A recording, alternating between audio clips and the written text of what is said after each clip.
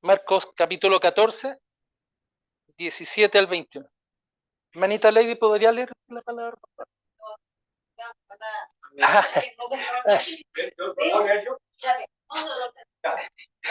Un problema de la... Por favor. Claro, Marcos capítulo 14, versículos 17 al 21. Y cuando llegó la noche, vino él con los otros. Y cuando se sentaron a la mesa, dijo Jesús: es cierto os digo que uno de vosotros que come conmigo me va a entregar. Entonces ellos comenzaron a entender y a decir: uno seré yo y el otro seré yo. Él respondió: les dijo: es uno de vosotros el que moja conmigo. A la verdad, el Hijo del Hombre va según está escrito de él. Mas hay de aquel hombre a quien el Hijo del Hombre es entregado. Bueno le fuera a ese hombre no haber. Amén. Oremos. Padre bueno, Señor amado, damos gracias, Señor, por la palabra que hemos leído, Señor. Gracias porque usted está hablando a nuestros corazones, Señor. Y su palabra nos dice que somos bienaventurados, Señor, por leerla, por escucharla y por guardarla en nuestros corazones, Señor. Pedimos, Señor amado, su dirección, la dirección que viene de lo alto, del Espíritu Santo, para cada uno de nosotros, Señor, en el tiempo de la lectura, en el tiempo de la predicación, Señor. Le pido, Señor amado, que usted abra nuestros corazones, abra nuestro entendimiento, Señor, para comprender su voluntad, Señor. Su voluntad que viene de lo alto, su voluntad hermosa para nosotros. Y también, Señor amado, muy especialmente le pido, Señor, que me permite predicar la palabra sin tener mérito alguno, Señor, porque hombre pecador soy, hombre de labios inmundos, Señor, y es tu palabra justa, santa y buena, que debe ser entregada a su pueblo. Por eso, Señor amado, le pido el mayor de los cuidados, la mayor de las discreciones, Señor, la mayor de las prudencias, Señor, y sobre todas las cosas, Señor, que sea su voz la que escuchemos y no ideas de un hombre. Gracias, Señor amado, en el bendito nombre de nuestro Señor Jesucristo. Amén. Podemos tomar asiento, amados hermanos. Como les había dicho, esta es mi segunda confesión. ¿Por qué el Señor permite leer esta palabra? ¿No les llama la atención? Les debo confesar que me costó leerla, cuesta entenderla, cuesta comprender por qué el Señor coloca estas palabras, estas líneas que hemos leído en la palabra. Y juntamente, en un momento antes de establecer el sacramento de la Santa Cena. Nosotros celebramos los creyentes la Santa Cena, ¿no?, a través de la comida del pan y beber vino. Y nos habla la palabra, en el versículo, unos versículos más adelante, el versículo 24, que el Señor Jesús dice: esto es mi sangre del nuevo pacto. ¿Por qué el Señor habrá querido colocar estas palabras tan duras antes del nuevo pacto? Fue la primera impresión que me dio.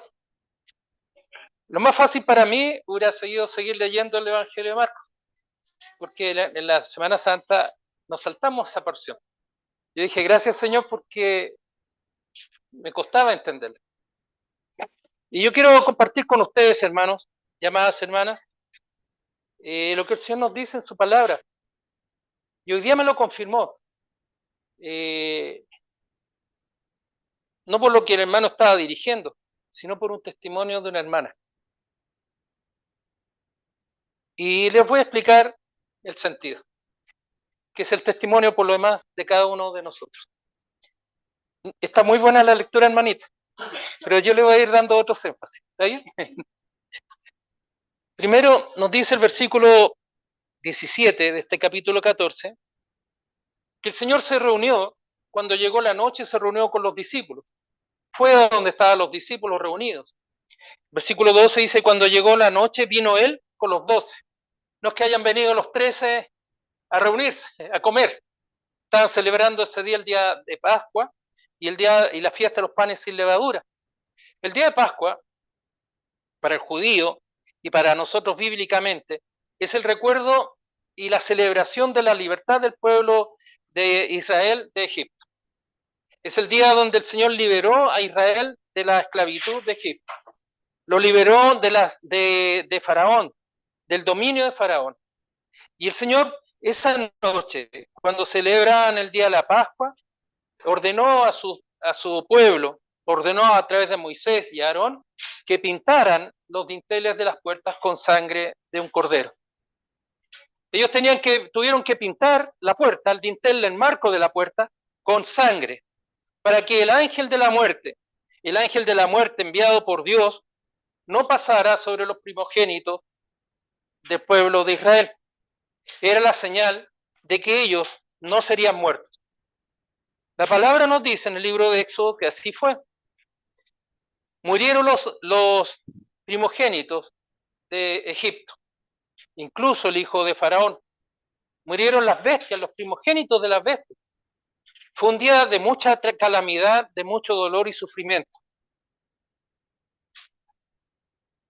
Pero el Señor les había dicho una promesa: pinten el dintel de las puertas y el ángel de la muerte pasará delante. Ese día, el Señor también les había dicho que comieran el cordero, que no dejaran nada y lo que sobrara no lo guardaran ni grosura ni nada. Nosotros cuando tenemos una comida, normalmente nos queda comida y la dejamos para el otro día incluso. Y nos preocupamos que quede bien refrigerada. Ocurre en los días de fiesta, ocurre en los días familiares. Pero el Señor había ordenado a su pueblo que no dejasen nada, que no guardaran nada. Y el pan que debían de comer tenía que ser un pan sin levadura, sin contaminación. Un pan que debía ser no leudado, sino un pan hecho, permítame la expresión, a la rápida, porque ellos estaban saliendo de Egipto. Uso la palabra a la rápida, porque pareciera que esa es la impresión que ellos tuvieron en ese momento, había que salir rápidamente. Pero la necesidad, el entendimiento que Dios estaba improntando, poniendo en el corazón de esos hombres, del pueblo de Israel, era el saber que Dios los estaba liberando. Y eso es lo que estaban celebrando ellos, una fiesta de la libertad. Otras veces hemos comentado, hay varios países aquí representados, en todos se celebran las fiestas patrias, en distintos momentos, con distintos énfasis, pero en todos celebramos el Día de la Patria o un día especial donde nuestro país se independizó, o los países se independizaron, y nosotros lo recordamos como, incluso, yo me recuerdo cuando era niño, mi papá nos pasaba un tarro con cal y nosotros teníamos que ir pintando todos los arbolitos para que los árboles se vieran blanquitos, el tronco blanquito.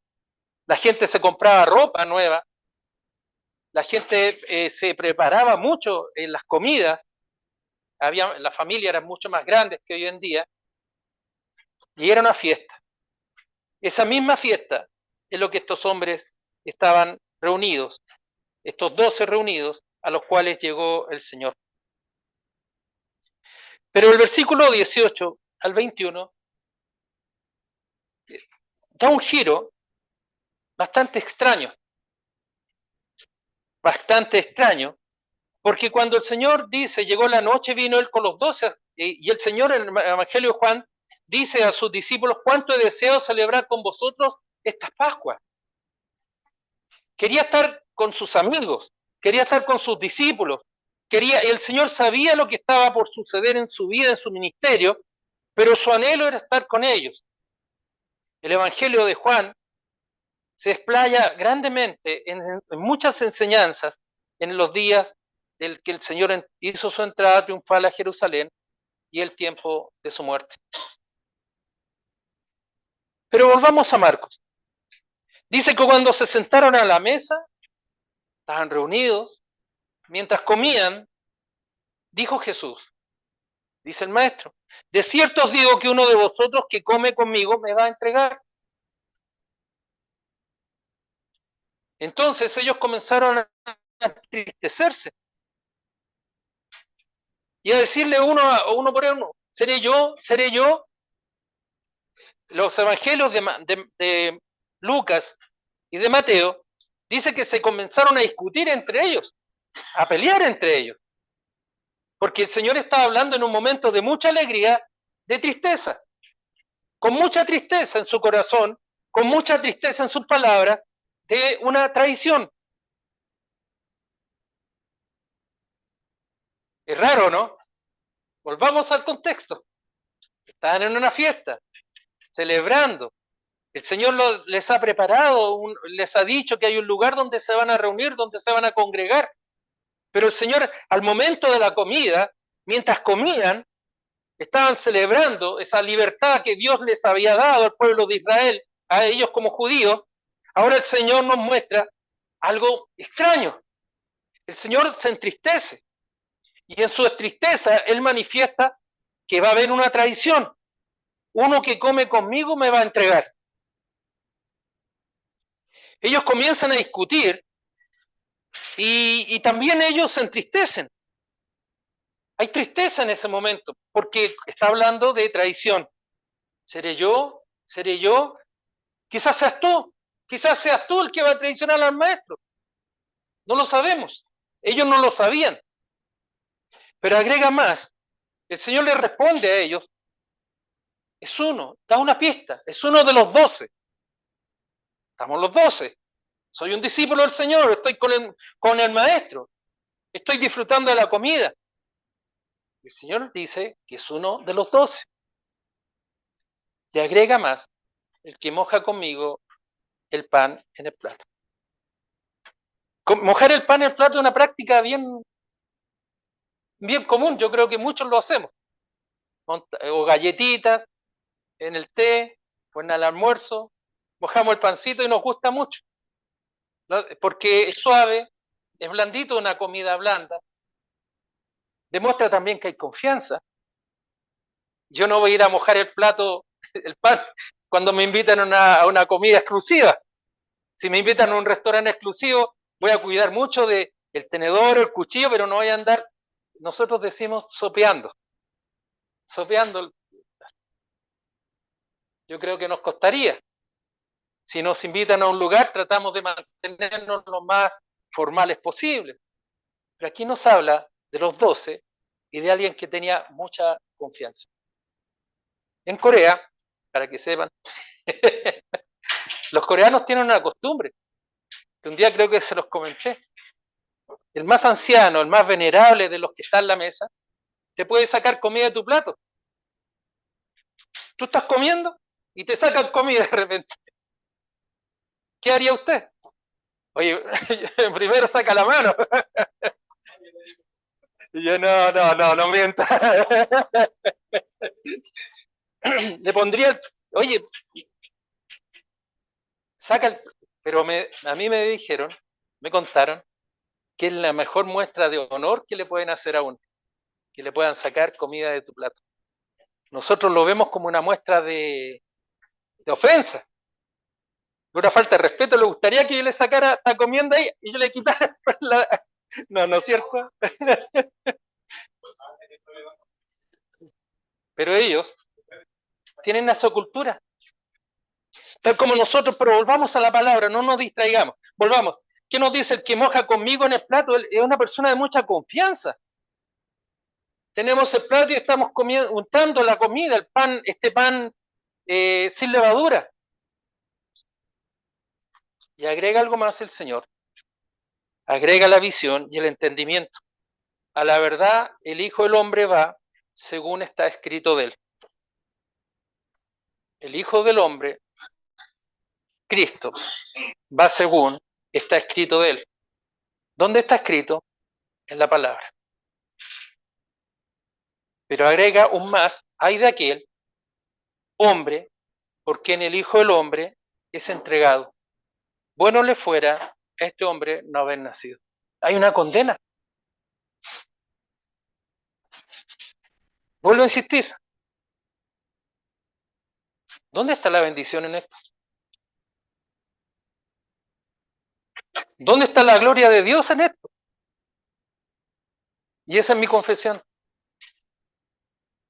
al leerlo, cuesta entender la gloria de Dios en su palabra. Cuesta comprender por qué el Señor, por qué el Espíritu Santo permitió estas palabras en este lugar, y 3 versículos más adelante nos dirá que la sangre derramada es la señal del nuevo pacto, el pacto de vida que es derramada por muchos. Es difícil poder pensar en la mente de Dios. De hecho, el hermano dijo, es imposible. Dios nos permite conocer su voluntad. Nos ama tanto que nos permite ir conociendo su voluntad. Y en busca de esa voluntad del Señor, quiero plantearles lo siguiente. Hoy día el hermano comenzó nuestro servicio diciendo, hoy es un día especial dedicado al Señor. ¿Usted hoy día fue a comprar pan? ¿Tomamos la micro quizás? ¿Alguien compró unas papitas fritas por ahí? Hizo un contrato, ¿no es cierto? Es un contrato ese, porque usted encargó las papas, usted pagó. La hermanita cuando trajo a las nietas hizo un contrato con los papás o con las mamás. Ya yo se los cuido. No sé por qué, pero yo se los cuido. No sé por qué. Hizo un trato con ustedes, yo sé que hizo un trato con ustedes, no lo conozco.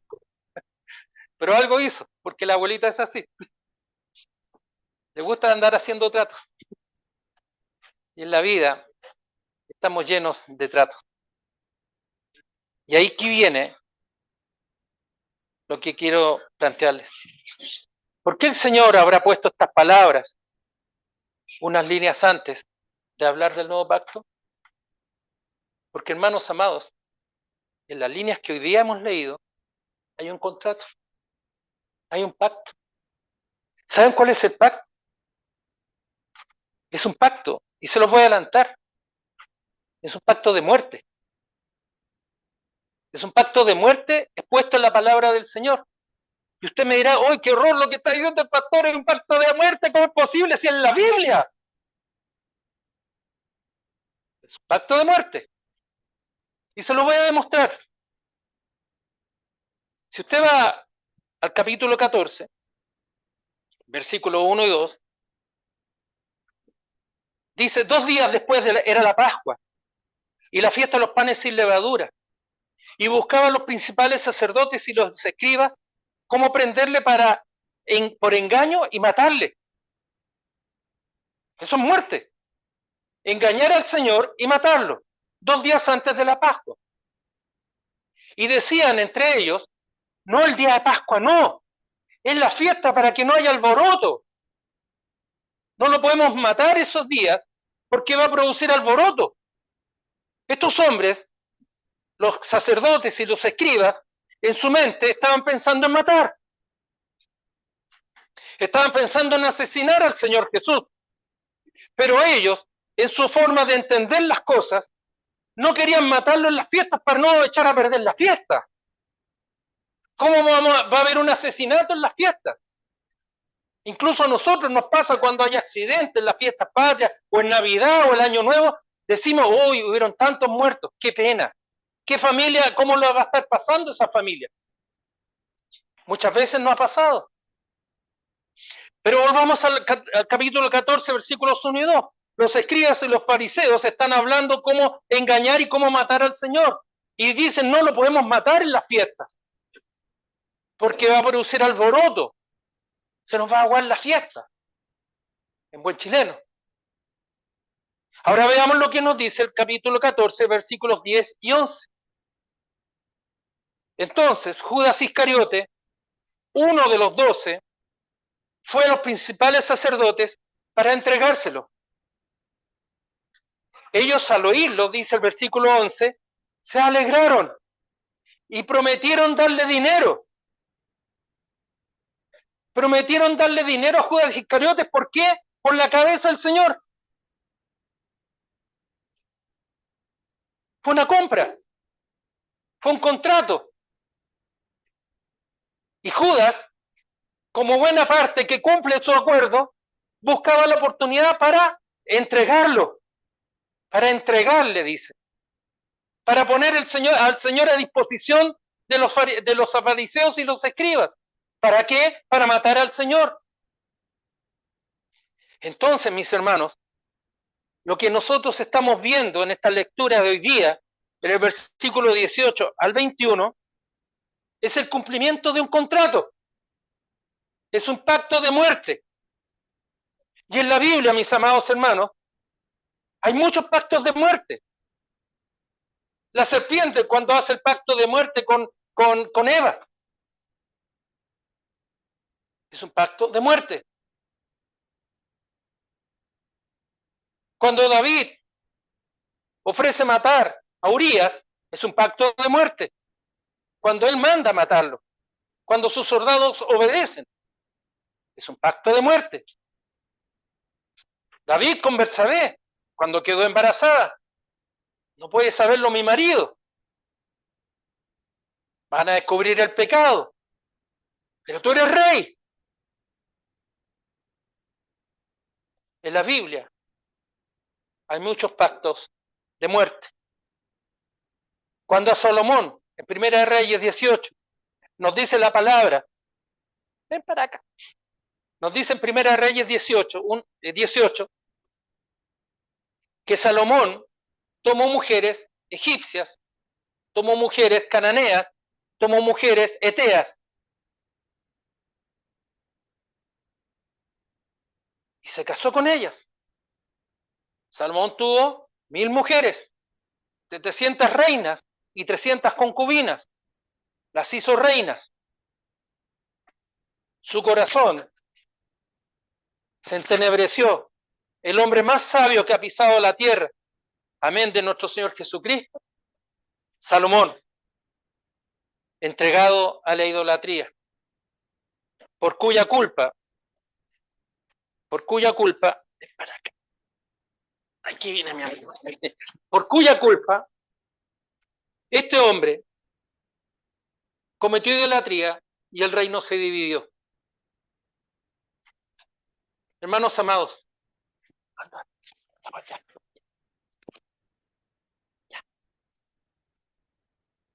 hermanos amados, este es un pacto de muerte. ¿Y dónde está la gloria de Dios? Cuesta entenderlo. Cuesta entenderlo porque ¿dónde está la gloria de Dios? La respuesta, mis amados hermanos, se encuentra en el Salmo 41:9. Que lo encuentra primero que yo, lo lee. 41:9. Por favor, hermanita Gladys. Aún el nombre de mi padre, en quien yo confiaba, el que de mi pan comía, esa es la profecía. Fue escrito este salmo por el rey David 1000 años antes. Más de 1000 años antes, 1050 años antes que nuestro Señor Jesucristo estuviera comiendo ese día o esa noche. Aún el hombre de mi paz, en quien yo confiaba, el que de mi pan comía, alzó contra mí el calcañal. Es palabra profética, dada por el rey David 1000 años antes. Y ahí viene el entendimiento, el significado de la profecía. La profecía bíblica, mis amados hermanos, lo impactante de la profecía bíblica no es que pueda establecer el futuro, sino cómo esa palabra transforma nuestros corazones y nuestro entendimiento como hijos de Dios. Una cosa, decía el hermano, es el sentimiento, y lo otro es el entendimiento. El sentimiento nos produce tristeza, el sentimiento nos produce rabia, el sentimiento nos produce confusión, el sentimiento nos exaspera. pero el conocimiento nos da paz y tranquilidad. ¿Qué es lo que el Señor nos está mostrando? Que la palabra se cumple en Él. La palabra de Dios, la palabra dada por los profetas, tal como dice 1 Pedro, capítulo 1, dice: los profetas se estudiaron, inquirieron diligentemente sobre nuestra salvación. Cristo, al momento de exponer, al momento de hablarles, al momento de decirles estas cosas, está mostrando el plan de Dios de salvación. Entonces, mis amados hermanos, el hecho que estamos frente a un pacto de muerte no quita la gloria de Dios. Esa es la preordenación de Dios, de todas las cosas que están escritas sobre Él en el Antiguo Testamento y cumpliéndose en Él a través de las palabras del Nuevo Testamento. Cristo entregó su vida bajo la tradición del hombre.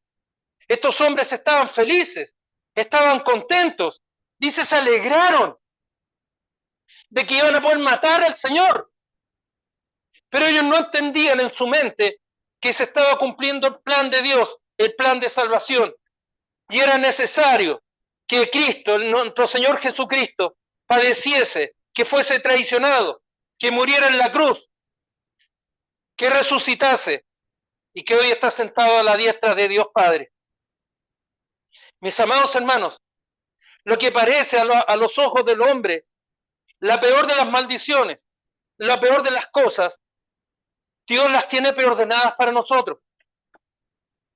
Y si hoy día estoy sufriendo por una prueba, por muy difícil que pueda ser, nada escapa al conocimiento de Dios y a la voluntad de Dios. Porque no es Dios, un Dios como nos dice el Primera Reyes, como nos dice el profeta, que esté durmiendo, que esté alejado o que esté olvidado de nosotros. Dios no se olvida de nosotros.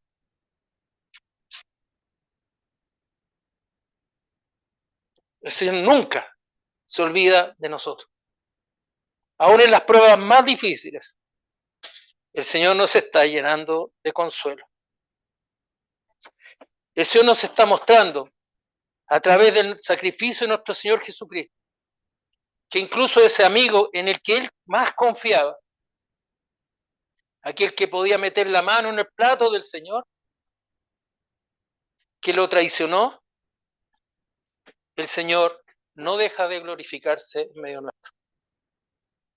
Hermanos amados, hermanas amadas,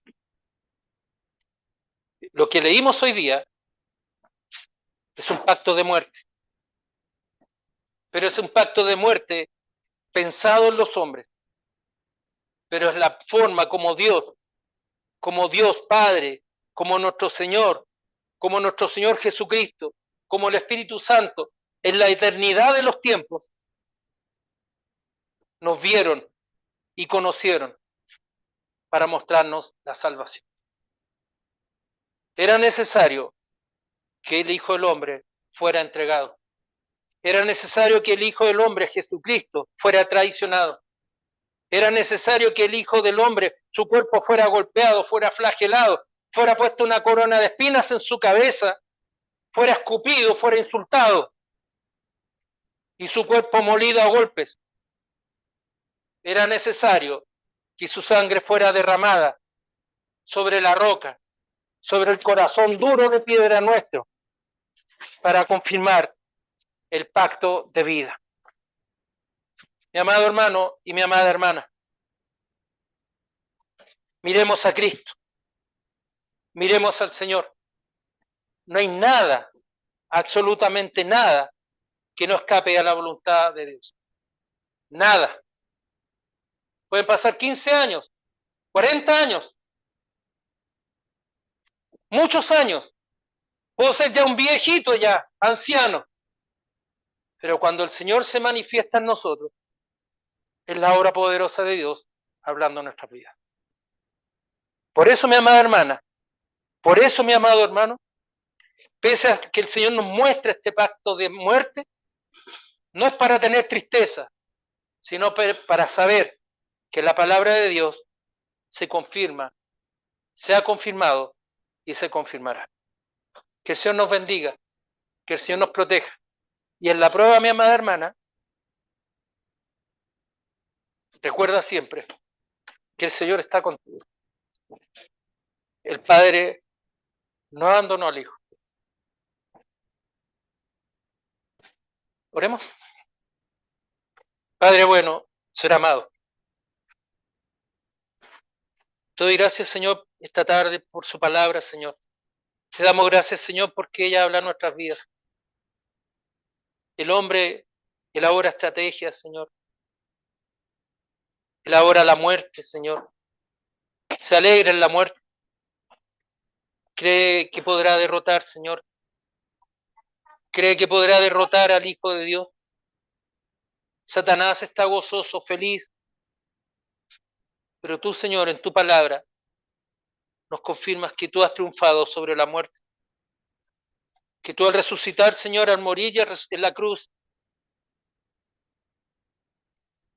en la ignominia, en el insulto mayor, tú, Señor, te levantaste de los muertos, Señor. Resucitaste.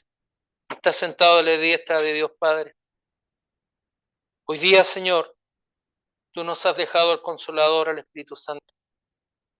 Yo te pido, ser amado, que derrame su bendición sobre cada uno de nosotros, sobre el que está sufriendo, Señor, este día, sobre el que está triste, sobre el que está alejado, sobre aquel que no te conoce, Señor.